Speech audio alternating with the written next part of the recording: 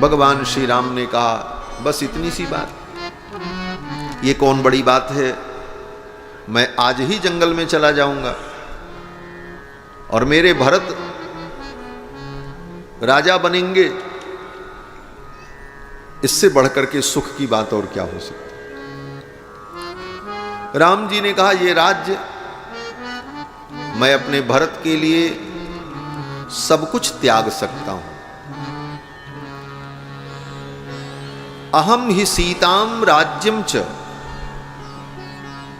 ये राज्य क्या है, अपनी पत्नी सीता का भी मैं त्याग कर सकता हूं भरत के लिए।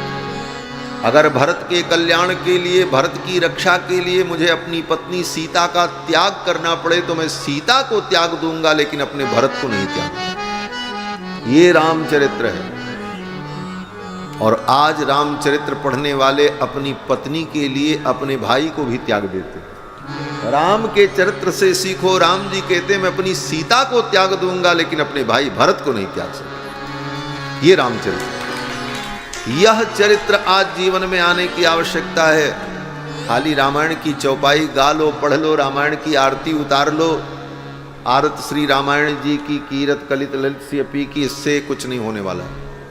जब तक वह रामायण की आरती मत उतारो, रामायण को अपने हृदय में उतारो, ये सबसे बड़ी महत्वपूर्ण बात है। राम जी कहते हैं सीता का मैं त्याग कर दूंगा लेकिन अपने भरत को मैं नहीं छोड़ सकता। यही भ्रातृत्व प्रेम है राम जी। राम जी कहते हैं प्राणान इष्टान धनानि च, अपना प्राण, अपना इष्ट, अपना धन, हृष्टो भ्रात्रे स्वयं दद्याम भरताय प्रचोदितः, अपने भरत के लिए मैं सब कुछ त्यागने को। एक बड़े भाई के अंदर ऐसा भाव आ जाए कि मैं अपने छोटे भाई के लिए सब कुछ त्यागने को तैयार हूं, वही भाव छोटे भाई में भी आया। भरत जी ने कहा मैं अपने राम के लिए सब त्याग दूंगा, अयोध्या का राज्य स्वीकार नहीं किया, जीवन भर बलकल वस्त्र पहन करके 14 वर्ष तक तप करते रहे नंदग्राम में, और जमीन में बैठकर सिंहासन पर पादुकाओं को रख करके प्रजा का पालन किया। दूसरे भाई लक्ष्मण का त्याग आप देख रहे हैं, शत्रुघ्न जी का त्याग विश्वविदित है। ये रामचरित्र है। भाइयों का कैसा परस्पर प्रेम हो, ये राम जी के चरित्र से शिक्षा लेनी चाहिए। और पढ़ते हैं रामायण, और एक बित्ता जमीन के लिए भाई से कोर्ट में मुकदमा लड़ रहे हैं। क्या मतलब निकला तुम्हारे रामायण पढ़ने? विचार करो, वो जमीन यहीं रहेगी, पहले उसका कोई दूसरा मालिक था, उसके पहले कोई दूसरा मालिक था, लाखों बरसों से इस जमीन को अपना कहते कहते लोग मर गए, चले गए, वो धरती वहीं की वहीं है, लेकिन उसके लिए हम अपना धर्म, अपना सिद्धांत सब कुछ छोड़ देते हैं। एक बित्ता जमीन के लिए भाई से मुकदमा लड़ रहे हो, और सवेरे उठ करके 5 बजे अगरबत्ती जला करके रामचरितमानस का मास पारायण कर रहे हो। क्या मतलब निकलेगा? कोई मतलब नहीं निकलेगा, कोई मतलब नहीं निकलेगा। जीवन में वो भाव आ जाए तो राम जी का ये चरित्र हमारे जीवन का मार्गदर्शक है। रामादिवत वर्तितव्यम, राम जी ने जो आचरण किया वही हमें करना चाहिए। आगे बड़ी लंबी कथा है। राम जी वन में गए, साथ में सीता जी भी गई। सीता जी ने कहा मैं भी चलूंगी। लक्ष्मण जी ने कहा जब ये मेरे आराध्य जा रहे हैं तो मेरा क्या प्रयोजन अयोध्या में, मैं क्यों रहूं अयोध्या में, हमारा क्या है, अयोध्या में तो हमारा कुछ है नहीं, राम जी ही हमारे सब कुछ। लक्ष्मण जी भी साथ में चल पड़े, और भगवान श्री राम अयोध्या से जब चले, तमसा नदी को पार किया। तमसा के तट पर प्रथम रात्रि विश्राम किया है, फिर तमसा पार किया। तमसा के बाद वेदश्रुति नाम की नदी को पार किया, फिर उसके बाद गोमती को पार किया, फिर जो है संदिका नदी को पार किया, और संदिका नदी पार करने के बाद तब श्रृंगवेरपुर निषाद राजगुह के यहाँ भगवान पहुँचते हैं। और निषाद राजगुह से मिले। निषाद राजगुह ने कहा, प्रभु आप यहीं विराजो, ये श्रृंगवेरपुर भी तो आपका ही है। वयम प्रेष्या भवान भरता,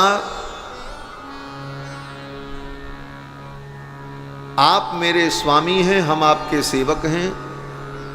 साधु राज्यम प्रसादिन, आप यहीं रह करके राज्य करिए, ये श्रृंगवेरपुर भी आपका ही है, हम सब सेवा करेंगे आपकी, आप यहां राजा बन जाइए।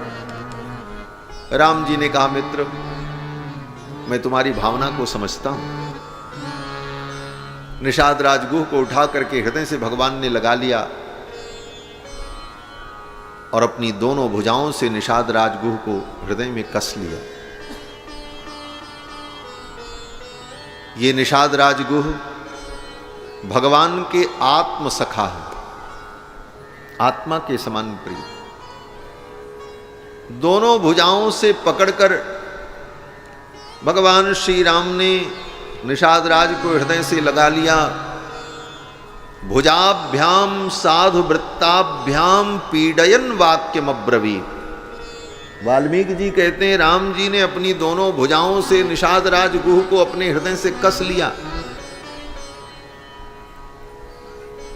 किन भुजाओं से? तो वाल्मीकि जी कहते हैं, राम जी की भुजाओं की विशेषता क्या है? कहते हैं, भुजाभ्याम साधु वृत्ताभ्याम। राम जी की भुजा कैसी है? बोले साधु वृत्त है। जिन भुजाओं से सदा सत्कर्म होता आया है, जिन भुजाओं से कभी कोई असत्कर्म नहीं हुए, ऐसे हाथों से राम जी ने निषाद राज को अपने हृदय से साधु वृत्ताभ्याम। और भगवान जब किसी को हृदय से लगाते हैं ना, तो इसका बहुत बड़ा तात्पर्य है। उसको क्या नहीं मिला, भगवान ने उसको अपना सब कुछ दे दिया। महर्षि वाल्मीकि कहते हैं, अपना सब कुछ नहीं, अपने आप को ही राम जी ने दे दिया। आत्मदान इसे कहा जाता है। राम जी ने जिनको जिनको गले से लगाया, उनको अपने आप को ही दे दिया। ऐसे लोग जो हैं वो बड़े गिने चुने लोग हैं। हनुमान जी को आत्मदान किया है भगवान। हनुमान जी जब सीता जी का पता लगा करके आए तो भगवान बड़े प्रसन्न हुए। भगवान ने उठ करके कहा, हनुमान एस सर्वस्व भूतों में परिस्वंगो हनुमतः। हे हनुमान, मेरा सर्वस्व भूत क्या है? बोले ये परिस्वंग, मैं अपने आप को ही तुम्हें दे रहा हूं। ये कह करके राम जी ने हनुमान जी को गले से लगाया। एस सर्वस्व भूतों में परिस्वंगो हनुमता। लक्ष्मण जी ने जब पंचवटी में कुटिया बनाई तो कुटिया देखकर राम जी का मन इतना प्रसन्न हुआ। लक्ष्मण ने बड़े ढंग से बनाया महाराज। काम चलाऊं व्यवस्था नहीं, दुनिया के लिए काम चलाऊं व्यवस्था करो, लेकिन भगवान के लिए उत्तम से उत्तम व्यवस्था करनी चाहिए। भगवान के लिए सर्वोत्तम व्यवस्था हो, संसार के लिए काम चलाऊं हो, लेकिन इसका उल्टा हम करते हैं। अपने लिए वस्तु चाहिए तो बहुत अच्छी चाहिए, और पूजा के लिए सामान लेने जाते हैं तो दुकानदार से कहते हैं, भैया पूजा का सामान है दे देना। तो दुकानदार भी जानता है जो सबसे सड़ी गली सुपारी होगी वो पैक कर देगा, सूखी हुई इलायची पैक कर देगा, थर्ड क्लास की पॉलिस्टर की धोती दे देगा पूजा के लिए। वो आदमी पैक करके ले आएगा, बोले पूजा के लिए लाए। अपने लिए तो तुम बढ़िया लेते हो। पूजा के लिए जो सबसे गई गुजरी वस्तु थी वो लेकर के आए। तो लोग जवाब क्या देते हैं? कहते हैं भगवान तो भाव देखते हैं। बोले भगवान भाव देखते हैं, लेकिन कौन सा भाव देखते हैं? बोले वस्तु लेने जब गए तो जो भाव जिसका महंगा था उसको छोड़ करके सस्ते भाव वाला तुम लेकर के आए, वही राम जी देखते हैं। राम जी देख लेंगे तुम कितना भाव तुम्हारा है। भाव का भूखा हूं मैं, भाव ही बस सार है, भाव से मुझको भजे जो भव से बेड़ा पार है। भाव बिन सुनी पुकारे मैं कभी सुनता नहीं, भाव की एक टेर ही करती मुझे लाचार। भावम ही विद्यते सर्वत्र, भावो ही विद्यते सर्वत्र, तस्मात् भावो ही कारणम। तो भगवान के लिए उत्तम से उत्तम वस्तु का प्रयोग करना चाहिए, वित्त शाठ्य नहीं करना चाहिए। एक छोटी सी कथा बता दें। वल्लभ परंपरा के संतों का एक चरित्र है। एक सेठ जी थे, उनका नाम था गोपाल दास। भगवान के परम भक्त थे। घर में लड्डू गोपाल जी की सेवा पधराई और उनकी सेवा करते थे। सेवा में बड़ी निष्ठा थी, लेकिन धीरे धीरे अवस्था जब ज़्यादा हो गई तो उनको मन में होता था हमारे ठाकुर जी की सेवा में बाधा न हो, और व्यापार भी करना था, कारोबार लंबा चौड़ा था, उसमें भी समय देना पड़ता था। तो मन में उनके होता था कोई ऐसे महात्मा मिल जाते जो मेरे पास रहते, मेरे साथ रहते, भगवत प्रेमी होते, तो हम दोनों मिलकर के भगवान की खूब सेवा करते, और उनको जो जरूरत पड़ती, यहाँ तो कोई कमी है नहीं। एक दिन अपनी दुकान पर गद्दी पर बैठे थे, तब तक उधर से एक महात्मा गुजरे, सीताराम सीताराम करते। उनका नाम माधव दास था। सेठ जी ने बुलाया, दंडवत प्रणाम किया, बुलाए महाराज पधारो। आए, दुकान में बैठे गद्दी पर। सेठ जी ने पूछा कहाँ घूम रहे हैं? माधव दास जी ने कहा हम तो साधु हैं, भजन कर रहे हैं, घूम रहे हैं, 2 रोटी मिल जाती, प्रसाद पा लेते, भगवान का भजन करते। तो गोपाल दास जी ने डरते डरते कहा महाराज जी, भगवान की अगर सेवा करने के लिए ही आप महात्मा बने हैं, तो अगर ये संभव हो तो आप हमारे यहाँ रुक जाओ। हमारे गोपाल जी हैं, उनकी सेवा हम भी करते हैं, आप भी करना, हमारी सेवा में सहयोग भी हो जाएगा, और आप जो कहोगे आपके लिए सब व्यवस्था भी रहेगी, आपकी प्रसन्नता में कोई बाधा नहीं होगी। माधवदास प्रेमी थे, उन्होंने कहा ठीक है, रुक गए। सेवा की जब बात आई तो माधवदास जी ने कहा सेठ जी, सेवा तो सब मैं करूंगा भगवान की, लेकिन मेरी भी एक शर्त होगी। सेठ गोपाल दास जी ने कहा क्या शर्त?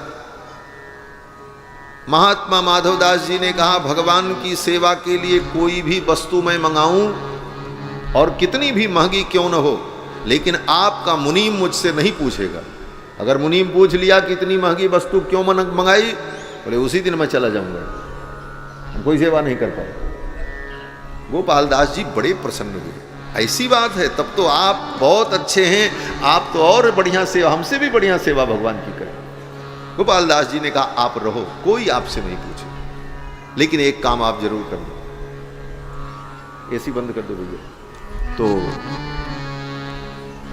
गोपाल दास जी ने कहा एक निवेदन हमारा है। बोले क्या? बोले जब जो भी वस्तु आपको मंगानी हो आप मंगा लेना, केवल हमारे मुनीम को लिखवा देना कि कौन सी वस्तु आई और कितने की आई, क्योंकि हिसाब होता है, कारोबार में हिसाब का बहुत बड़ा महत्व होता है। तो कम से कम पता रहेगा कि कहाँ भगवान की सेवा में लगा है कि कहाँ गया। बाकी आप कुछ भी करो, आपको कोई नहीं रोके। सेवा होने लगी। माधवदास जी जो लिख करके दे दें ये चीज चाहिए, सेवक लाते थे और रजिस्टर में लिख दिया जाता था भगवान की सेवा के लिए इतना। कभी गोपाल दास जी ने पूछा नहीं माधवदास जी से कि ये इतनी महंगी वस्तु आपने क्यों मंगाई। एक दिन तो महाराज पानी सिर से ऊपर हो गया। हुआ ये गर्मी का दिन था। माधवदास जी शाम को बाजार घूमने गए, सोचे बोले आज ठाकुर जी के लिए कोई फल लेकर के चले।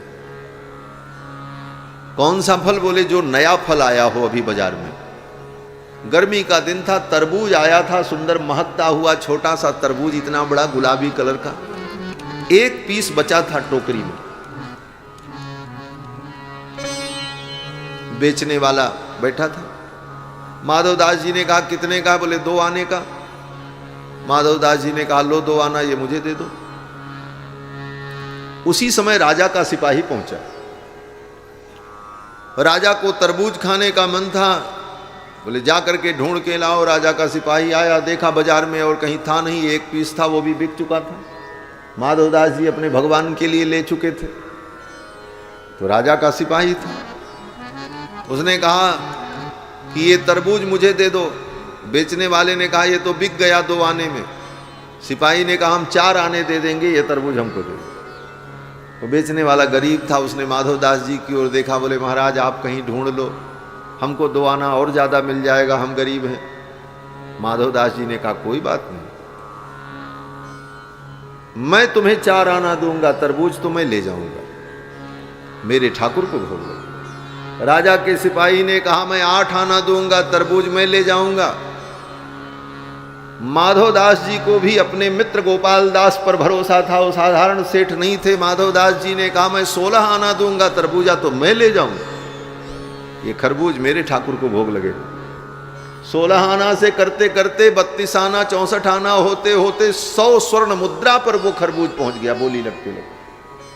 सिपाही ने सोचा छोड़ो, सिपाही ने कहा लेकर के जाएंगे भी तो महाराज को विश्वास नहीं होगा, 100 स्वर्ण मुद्रा दे करके एक खरबूज ले आए। तो राजा को जवाब क्या देंगे? बोले चल करके कह देंगे बाजार में मिला ही नहीं, बस काम चल जाएगा, क्या होगा। सिपाही तो चला गया।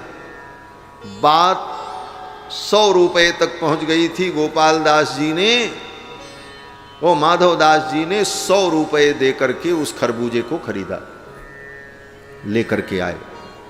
जब सामान का दाम लिखाया जाने लगा तो गोपाल दास जी ने सब लिखाया। 4 आने की इलायची, 10 आने का केसर, फलाना ढमाका। जब खरबूजा का नाम आया तो बोले 100 स्वर्ण मुद्राओं में एक खरबूजा। गोपाल दास जी चुपचाप लिखते रहे, ऐसे सिर भी नहीं उठाया।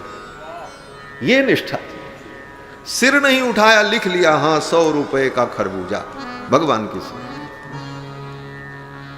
और फिर गोपाल दास जी अपने काम में चले गए। माधवदास जी भगवान की सेवा में। खरबूजा ले जाकर के मंदिर में रखा, सवेरे भोग लगाएंगे भगवान को। सवेरे जब भोग लगाने का समय आया तो खरबूजा ढूंढने लगे, खरबूजा मिले ही नहीं, कहां चला गया। अब तो माधवदास जी को बड़ी चिंता हुई। 100 रुपए का खरबूजा लाए, भगवान को भोग नहीं लगा। अगर सेठ गोपाल दास जी पूछेंगे खरबूजा का भोग लगा तो प्रसाद तो मिलना चाहिए, मैं क्या जवाब दूंगा। खरबूजा ढूंढने लगे तो देखते क्या हैं, बोले मंदिर के अंदर जो कक्ष था, भीतर शयन कक्ष जहां भगवान शयन करते थे, वहां ढूंढने के लिए जब पहुंचे तो देखते क्या है, भगवान लड्डू गोपाल जी प्रत्यक्ष प्रकट होकर के बाल कृष्ण लाल उस खरबूजे को हाथ में लेकर गेंद के समान खेल रहे। उस खरबूजे को गेंद के समान लेकर के भगवान खेल रहे थे। माधवदास जी ने देखा, भगवान को साष्टांग प्रणाम किया, आंखों से झरझर अश्रुधारा प्रवाहित होने लगी। कभी उस खरबूजे को लेकर भगवान हृदय से लगा लें, कभी अपने सिर पर रखें, कभी कंधे पर रख करके खेलें। माधवदास जी ने कहा प्रभु इसका भोग लगाना। ठाकुर जी ने कहा ये शाम को भोग लगेगा, आज दिन भर इस खरबूज के साथ मैं खेलूंगा। भगवान ने कहा दिन भर मैं खेलूंगा, शाम को इसका भोग लगेगा। खरबूजा भगवान के पास रख दिया। आए, आकर के सेठ गोपाल दास जी को बताया सारी घटना। गोपाल दास जी तो माधवदास जी को बार बार साष्टांग करने लगे। माधवदास जी सेठ गोपाल दास को साष्टांग करें। माधवदास कहते सेठ जी ये आपकी निष्ठा का परिणाम कि मुझे भगवान का दर्शन हो गया। गोपाल दास जी कहते सेवा तो आपने की, आप जैसे सेवक मिले तो मेरे ठाकुर प्रसन्न हो गए।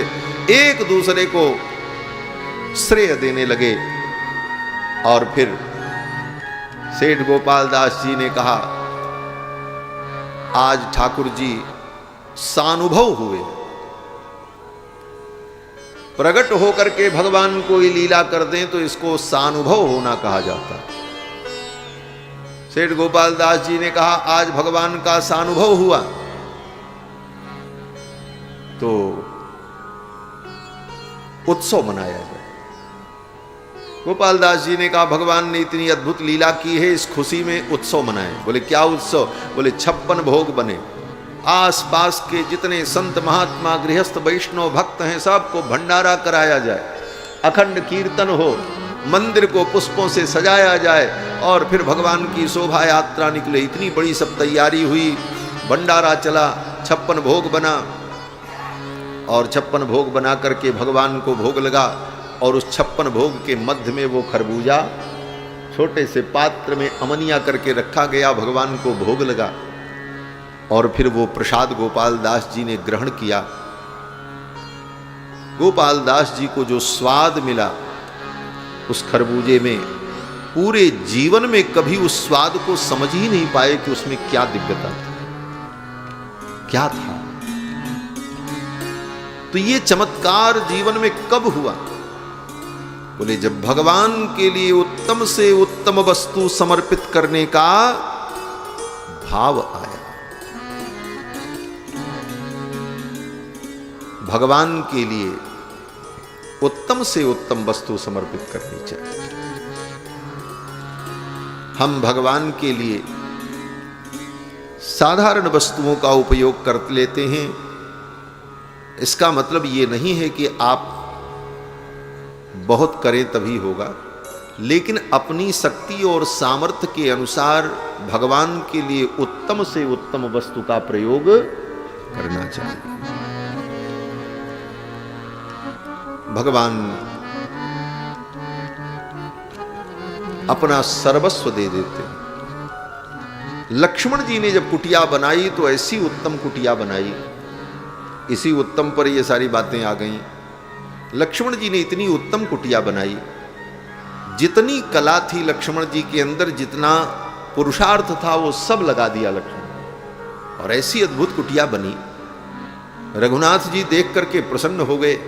रघुनाथ जी ने कहा, लक्ष्मण तुम्हारी इस सेवा से मैं इतना प्रसन्न हूं कि मैं तुमको अपना परिस्वंग प्रदान करता हूं। लक्ष्मण जी को गले लगाया, एस सर्वस्व भूतों में ये मेरा सर्वस्व भूत परिस्वंग मैं तुम्हें प्रदान कर रहा हूं। और वही परिस्वंग भगवान ने निषाद राज गुह को दिया। भुजाभ्याम साधुवृत्ताभ्याम पीडयन वाक्यम अब्रवीत। निषाद राज गुह ने कहा, महाराज आप यहीं रहो। भगवान ने कहा, हम यहाँ रहेंगे तो अयोध्या के लोग आते रहेंगे और यहाँ भी भीड़ हो जाएगी, मैं एक रात रुकूंगा, आगे चला जाऊंगा। फिर भगवान ने निषाद राजगुह के द्वारा बट क्षीर को मंगाकर, बट वृक्ष के दूध को मंगाकर उससे अपने बालों की जटा बना ली। लक्ष्मण जी ने भी जटा बना ली। फिर दूसरे दिन भगवान वहां से गंगा पार करके प्रयाग आते हैं। गंगा पार करने के क्रम में केवट का बड़ा भावपूर्ण प्रसंग श्रीमद् रामचरितमानस में गोस्वामी तुलसीदास जी ने वर्णन किया है। श्रीमद् वाल्मीकि रामायण में केवट का प्रसंग नहीं है। निषाद राजगुह ने सेवकों से कहा, कोई सेवक आया और वो नाव में बैठा करके राम जी को पार कर दिया।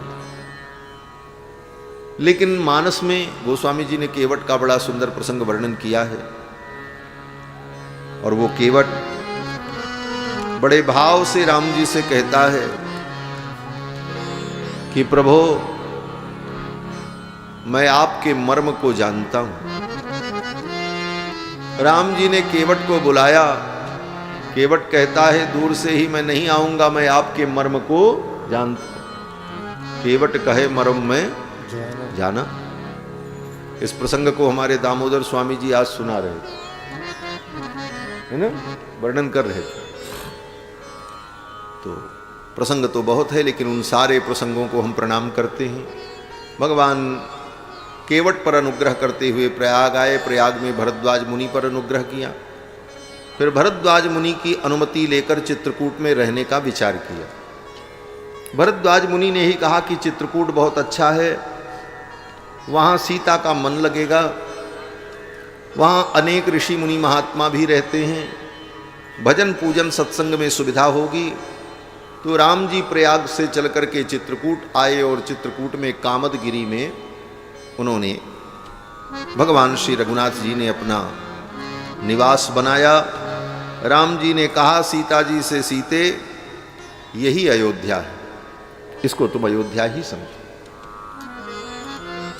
सुमंत्र जी महाराज जब लौट करके अयोध्या आए, दशरथ जी को बताया। दशरथ जी ने अपने प्राणों का त्याग कर दिया। राम राम कहि राम कहि राम राम कहि राम, तनु परिहरि रघुबर बिरह राव गयो।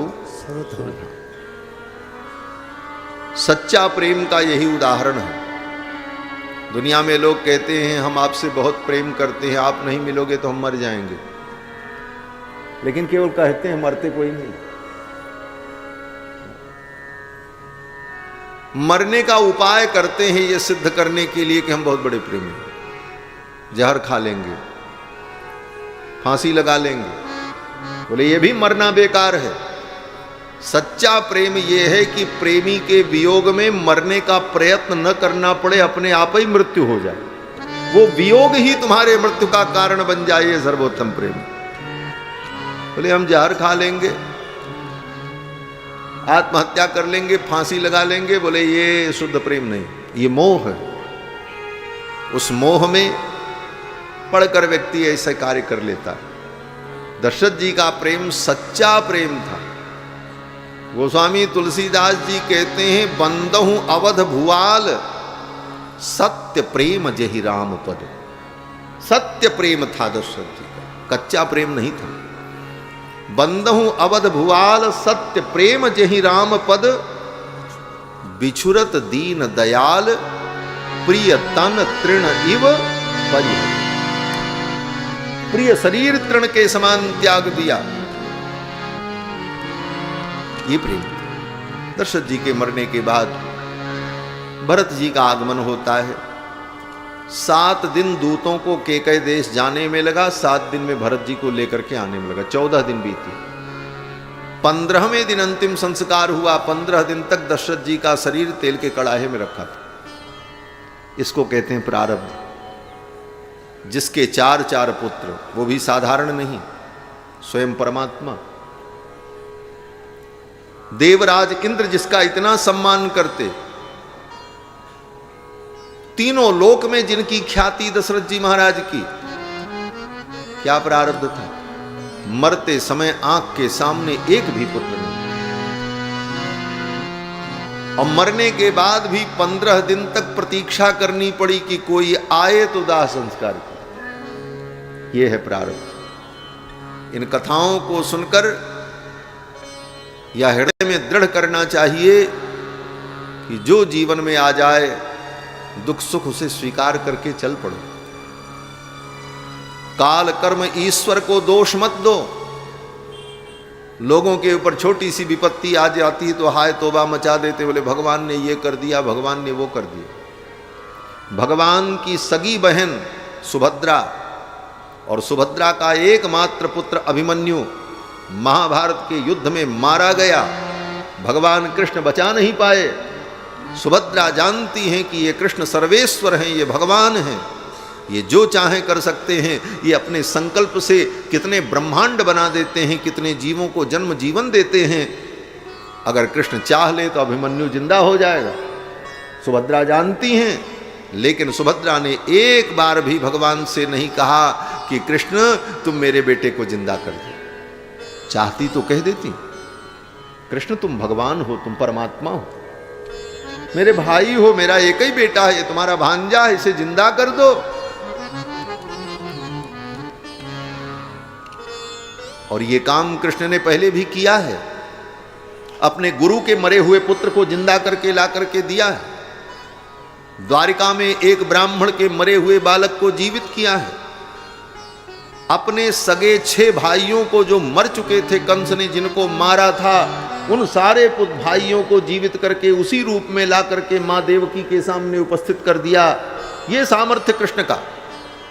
लेकिन सुभद्रा ने एक बार भी नहीं कहा कि आप मेरे बेटे को जिंदा। द्रौपदी के 5 पुत्र महाभारत में मारे गए। एक ही रात में अश्वत्थामा ने उनका गला काट डाला। देख करके दहाड़ मार करके द्रौपदी रोती रही, लेकिन एक बार भी कृष्ण से नहीं कहा कृष्ण तुम्हारे रहते ये दशा। सोचो तुम्हारी भक्ति कहां है, हमारी भक्ति कहां है। 2 पैसे का पानी, फोकट का फूल, 2 पैसे का पानी चढ़ा करके हम भगवान से करोड़ों का काम कराना चाहते हैं और कहते हैं भक्ति कर रहे हैं। और उसमें भी हमारे मन के अनुकूल नहीं हुआ तो भगवान ने हमारे लिए ये नहीं किया, ये नहीं किया, हम इतनी पूजा करते हैं, हम सब बहुत अच्छा ही करते हैं, हमने कुछ गलत किया नहीं तो हमारे साथ ऐसा क्यों हुआ। जब तक तुम बार बार सत्संग नहीं करोगे तब तक इन बातों का समाधान जीवन में प्राप्त नहीं होगा। इन चरित्रों को इसीलिए सुना जाता है, रामायण गीता भागवत इसीलिए सुनी जाती है कि जब वो ऐसी परिस्थिति तुम्हारे जीवन में आए तो ये कथा उदाहरण बनकर के, कवच बनकर के तुम्हें संभाल ले, तुम्हें विचलित न होने दे। द्रौपदी के 5 पुत्र मारे गए, द्रौपदी रोती रही लेकिन भगवान से नहीं कहा। जिसने मारा था उस अश्वत्थामा को पकड़ करके लाए, रस्सी में बांध करके। पुत्र के हत्यारे को देखने के बाद द्रौपदी ने हाथ जोड़ करके प्रणाम किया अश्वत्थामा को और अर्जुन से कहा इनको छोड़ दो। मुच्यता में शब ब्राह्मणो नितराम गुरु, ये ब्राह्मण है और ब्राह्मण पूज्य होता है। ये द्रौपदी की धर्मनिष्ठा। 5 पुत्र को मारने वाले को भी प्रणाम करके उसे छोड़ देने की बात करती है द्रौपदी। धर्म बड़ा गंभीर है। धर्म को जीवन में प्राप्त होने वाली उपलब्धियां और नुकसान, जीवन के नफे नुकसान से धर्म को जोड़ करके कभी मत देखो। और जब तक अपने जीवन के नफे नुकसान के साथ धर्म को जोड़ करके देखते रहोगे तब तक धर्म के तत्व को नहीं जान पाओगे। मैं व्यासपीठ से कह रहा हूं, धर्म आत्मा के कल्याण के लिए, धर्म तत्वबोध के लिए, धर्म ज्ञान के लिए। संसार का काम तो चलता रहता है। इस दुनिया में जो नास्तिक हैं उनको भी रोटी मिलती है, उनको भी कपड़ा मिलता है। ये कपड़ा, रोटी, मकान ये पूजा पाठ करने से नहीं मिलता।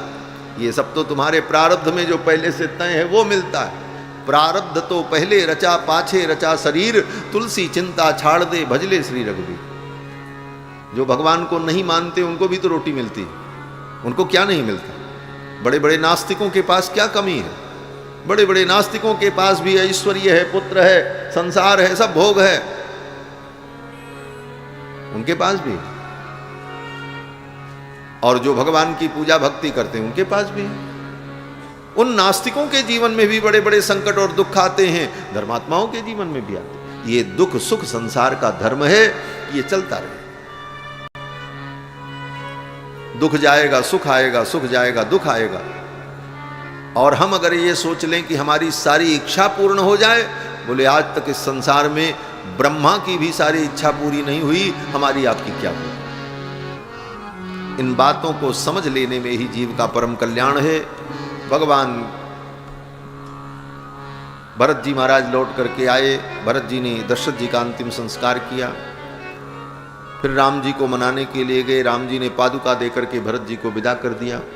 उन्हीं पादुकाओं को सिंहासन पर रख करके भरत जी ने 14 वर्ष तक राज्य किया। और राम जी चित्रकूट से आगे चले, सुतीक्ष्ण मुनि के ऊपर कृपा करते हुए, सरभंग मुनि पर कृपा करते हुए सुतीक्ष्ण मुनि के आश्रम में पहुंचे।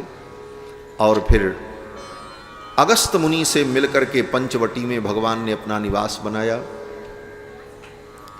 और फिर वहीं से असुरों के संहार की प्रक्रिया भगवान ने प्रारंभ की।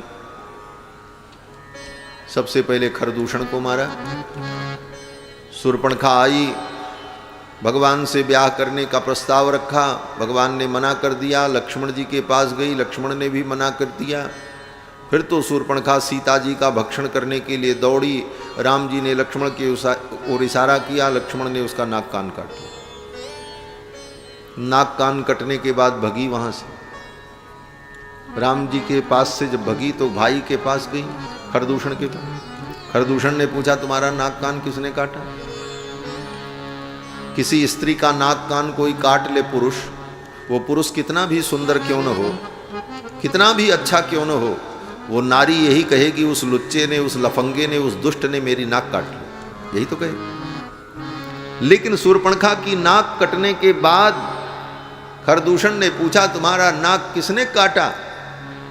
तो शूर्पणखा कहती जिसने मेरी नाक काटी है वो जवान है, वो सुंदर है, बड़े अच्छे हैं, तरुणौ रूप संपन्नौ सुकुमारौ महाबलौ पुंडरीक विशालाक्षौ चीर कृष्णाजिनांबरौ। पूरी बड़ी लंबी बातें हैं वहां पर, कितना वर्णन किया शूर्पणखा। यही राम जी की विशेषता है। बैरु राम बड़ाई करई, शत्रु भी राम जी की बड़ाई कर। यही राम का रामत्व है। इसी रामत्व को समझने के लिए और इस रामत्व का एक अंश हमारे जीवन में प्रतिष्ठित हो जाए, इसीलिए राम कथा है। ये सब कुछ इसीलिए।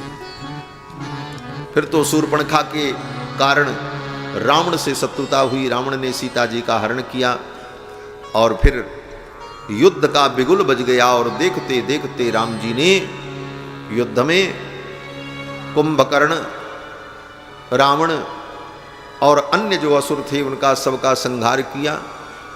मेघनाद को लक्ष्मण जी ने मारा। ये सारी दुनिया जानती है, आप भी जानते हैं। मेघनाद को किसने मारा? लक्ष्मण जी ने मारा। लेकिन उत्तरकांड में वर्णन है कि जब राम जी के दरबार में महर्षि लोग आए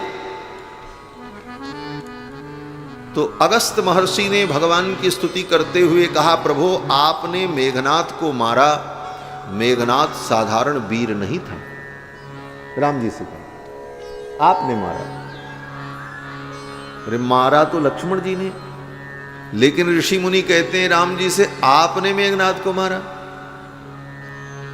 नहीं तो बात उल्टी हो गई। तो इसका समाधान किया वाल्मीकि महर्षि ही। वह समाधान देते हैं कि जब मेघनाद को मारने के लिए लक्ष्मण जी ने अपने धनुष पर बाण चढ़ाया तो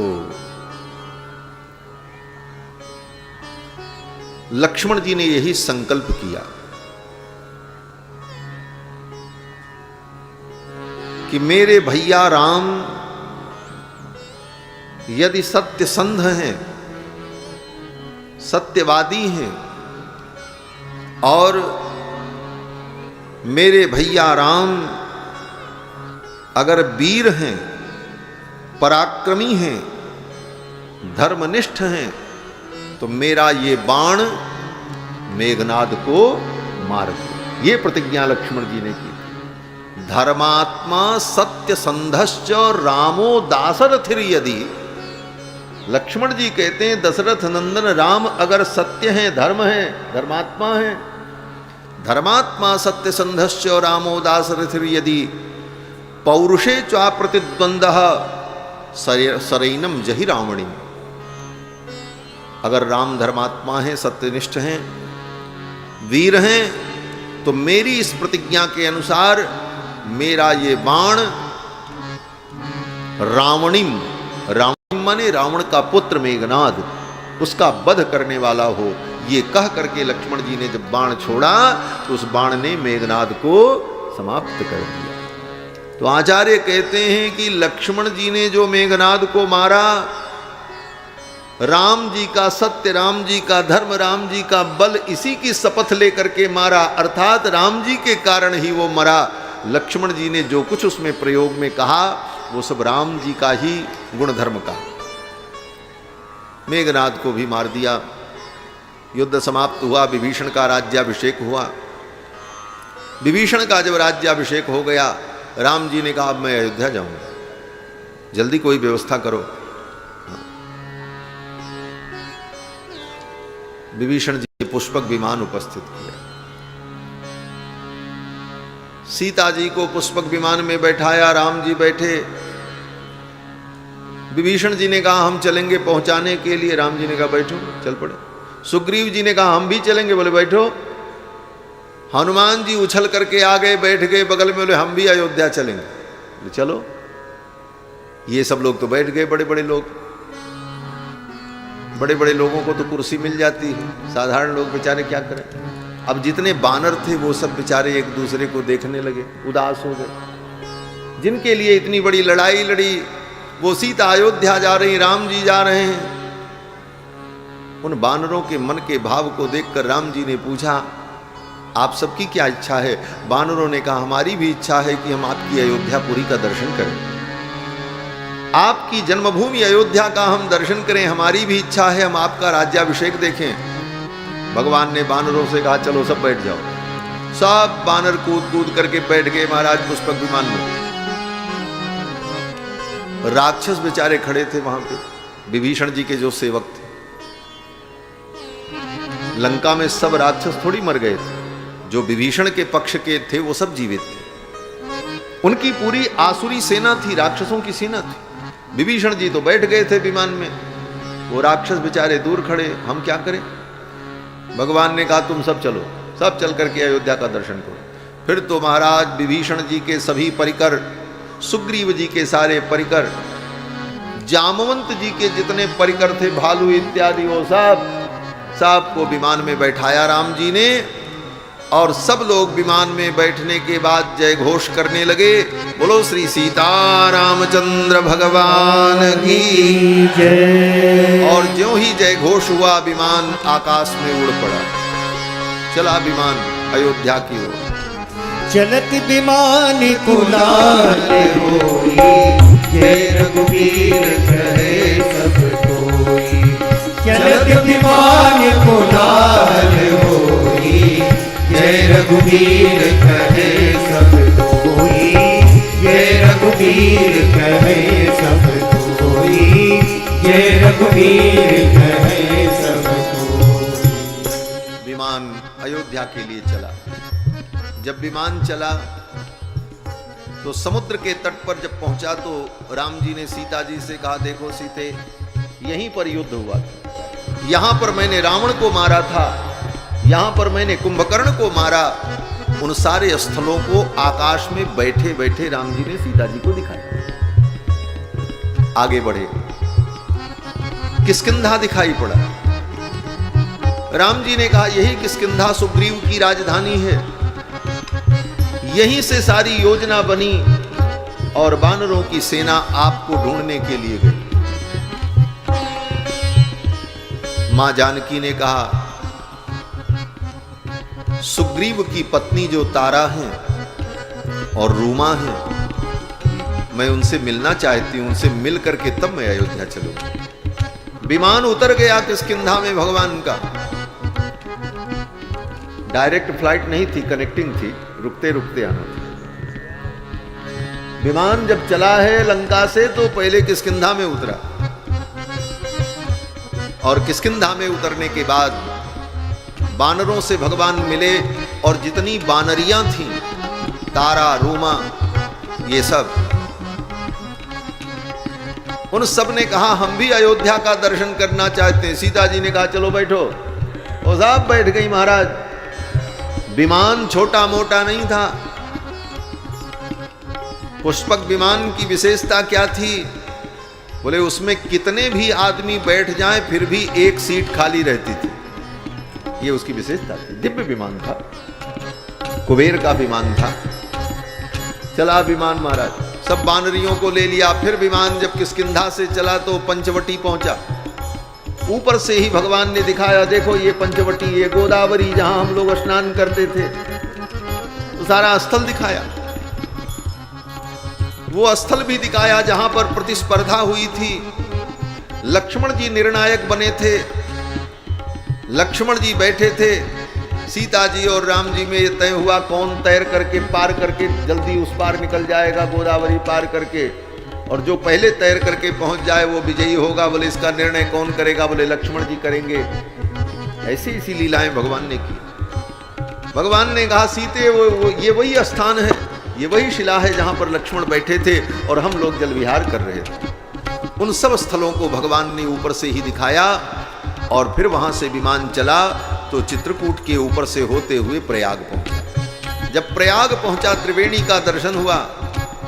मुझे लगता है भगवान इसी रास्ते से गए होंगे, ऊपर से, आपके बिंद के ऊपर से ही गए होंगे, दूसरा कौन रास्ता होगा? यही रास्ते गए महाराज। प्रयाग जब विमान पहुंचा तो ऊपर से ही भगवान ने दिखाया देखो ये जमुना है, ये गंगा है, ये संगम है, ये भरद्वाज जी की तपस्थली है। और फिर विमान वहां प्रयाग में उतरा। प्रयाग में विमान उतरा। प्रयाग में जब उतरा, भरद्वाज मुनि को प्रणाम किया, आशीर्वाद प्राप्त किया। वहीं से हनुमान जी को भेज दिया, जाकर के भरत जी को सूचना दे दो मैं आ रहा हूं। हनुमान जी पहुंचे और हनुमान जी ने जाकर के भरत जी को बताया, रिपु रण जीत सुजस सुर गावत, सीता अनुज सहित प्रभु आवत। सीता लक्ष्मण के सहित प्रभु आ रहे हैं। अब तो भरत जी की प्रसन्नता का ठिकाना नहीं। शत्रुघ्न जी महाराज ने दौड़ करके अयोध्या में सूचना की, पूरी अयोध्या सजाई जाने लगी और देखते देखते संपूर्ण अयोध्या को दुल्हन के समान सजा दिया। भैया भरत पुष्प लेकर के प्रतीक्षा कर रहे थे, रघुनाथ जी आएंगे, आंखों से अश्रुधारा बह रही। विमान तीर्थराज प्रयाग से फिर उड़ा और तीर्थराज प्रयाग से जब उड़ा तो थोड़ी ही देर में कहां पहुंच गया बोले अयोध्या। ऊपर से सरयू जी दिखाई पड़ी। भगवान श्री राम ने सरयू जी को दर्शन कराया। देखो सीते, ये सरयू नदी प्रवाहित। कैसी है सरयू? बोले सरयुर यूप मालिनी। सरयू जी के तट पर सोने के खंभे गड़े हुए थे महाराज। उस समय के अयोध्या का जो वैभव था, अयोध्या का बहुत कुछ भाव और वैभव और अयोध्या की आध्यात्मिक संपदा विनष्ट हो गई। कुछ नया हुआ और कुछ नुकसान भी हुआ। मैं ज्यादा नहीं कहूंगा। अयोध्या में कुछ नया भी हुआ लेकिन नुकसान भी हुआ। वह परंपरा, वो भाव, वो संस्कृति, वो साधना, वो उपासना, वो संतों का स्वाध्याय, वो सब समाप्त। क्यों? बोले अत्यधिक चहलकदमी के कारण, अत्यधिक लोगों के आवागमन के कारण वो सब चीजें तिरोहित हो जाती, सब जगह व्यवसायीकरण होने लगता है। उस समय की अयोध्या इतनी समृद्ध थी। महर्षि वाल्मीकि कहते हैं कि सरयू जी के किनारे एक दो नहीं हजारों यूप गड़े हुए थे। यूप, यूप माने स्तंभ। कौन सा स्तंभ? बोले यज्ञ में जो यूप बनाया जाता है, उस यज्ञ के यूप को स्वर्ण से मंडित किया जाता, सोने का उस पे पत्थर चढ़ता है। और सरयू के तट पर वहां के राजाओं ने कितने यज्ञ किए थे, उन यज्ञों का सोने का स्तंभ उसी प्रकार सरयू के तट पर गड़ा था। कोई उसको ले नहीं जाता था, वो ऐसे पड़े रहते। ऊपर से विमान में बैठे बैठे राम जी ने सीता जी को दिखाया, देखो सरयू के तट पर ये यूप जो गड़े हुए हैं कैसे लग रहे हैं, मानो सरयू महारानी यूपों की माला धारण किए हुए। सरयू यूप मालिनी। और फिर विमान सरयू जी के ऊपर से घूम करके नंदिग्राम आया और नंदिग्राम में विमान उतरा। और जब विमान उतरने लगा तब तक हजारों लोग आकर के यत्र तत्र खड़े हो गए और आकाश से विमान को उतरते हुए देख रहे थे। जैसे आज किसी गांव में हेलीकॉप्टर आ जाए तो गांव के लोग अपना काम छोड़ करके दौड़ते हैं देखने के लिए, भाई कैसे उतरता है, क्या होता है। उसी प्रकार हजारों लाखों लोग वहां एकत्रित हो गए। भगवान रघुनंदन का विमान नंदिग्राम में उतरा। भगवान विमान से बाहर आए। भरत जी ने ले जाकर के पादुकाओं को उनके चरणों में अर्पित किया, पुष्पांजलि की, प्रणाम किया। राम जी ने भरत जी को हृदय से लगाया। फिर सभी भाई परस्पर एक दूसरे से मिले और फिर गुरुदेव वशिष्ठ की आज्ञा हुई।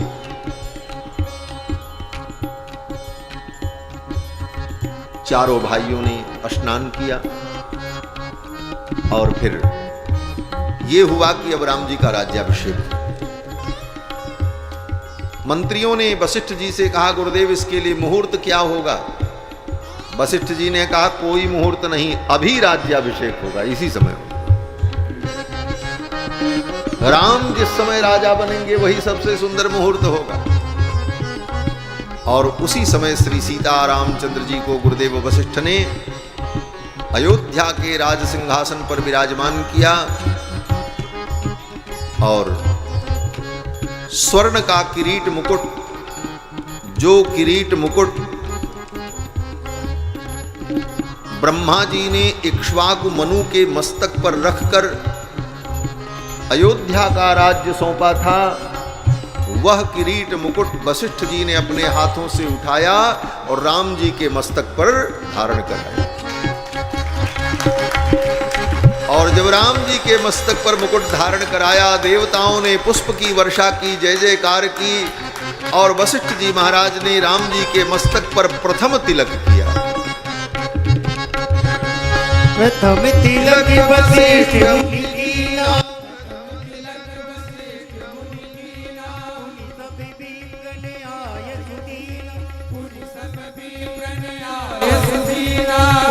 लोक हरि महतारी, लोक हरि महतारी, बारी बारी आरती उतारी, बारी बारी आरती उतारी, विप्र निदान विविध विधि दीने, विप्र निदान विविध विधि दीने, याचक सकल याचक कीने, याचक सकल याचक कीने, सिंहासन पर त्रिभुवन साई, सिंहासन पर त्रिभुवन साई, तेज सुरन दुंदुभी बजाई, तेज सुरन दुंदुभी बजाई, तेज सुरन दुंदुभी बजाई, तेज सुरन दुंदुभी बजाई, नभ दुंदुभी वाजई विपुल कर, दर्द गिर कर गावै, नाचहि अक्षरा प्रणत परमा, नंद सुर मुनि पावै, भरतागी अनुज दिवी सनागत, हनुमतागी समेत देव चावर गजानन धनुवति, चर्म शक्ति विराजत, त्रिसहित दिनकर वरद भूषण, काम बहु छवि सोई नव राम कर वर गाथे अमर, दीन सुर मन मोहि, मुक्ता गदादि विचित्र भूषण, अंग अंगन प्रति सगे अम्बोज नयन विशाल मुर मुख, कंठ नर निर्कांतिते अंग नर निरखांकिते अंग नर निरखांकिते। ब्राह्मणों ने वेद मंत्र पाठ किया, गुरुदेव वशिष्ठ ने प्रथम तिलक किया, देवताओं ने पुष्प की वर्षा की, जय जयकार की। भगवान राजाधिराज बनकर अयोध्या के सिंहासन पर विराजमान हुए। भैया भरत चमर डुलाते हैं, लखन लाल जी छत्र धारण कराते हैं, शत्रुघ्न जी चमर डुलाते हैं, हनुमान जी चरणों में विराजमान हुए। सभी माताओं ने रघुनाथ जी को राज्याभिषेक की बधाई दी।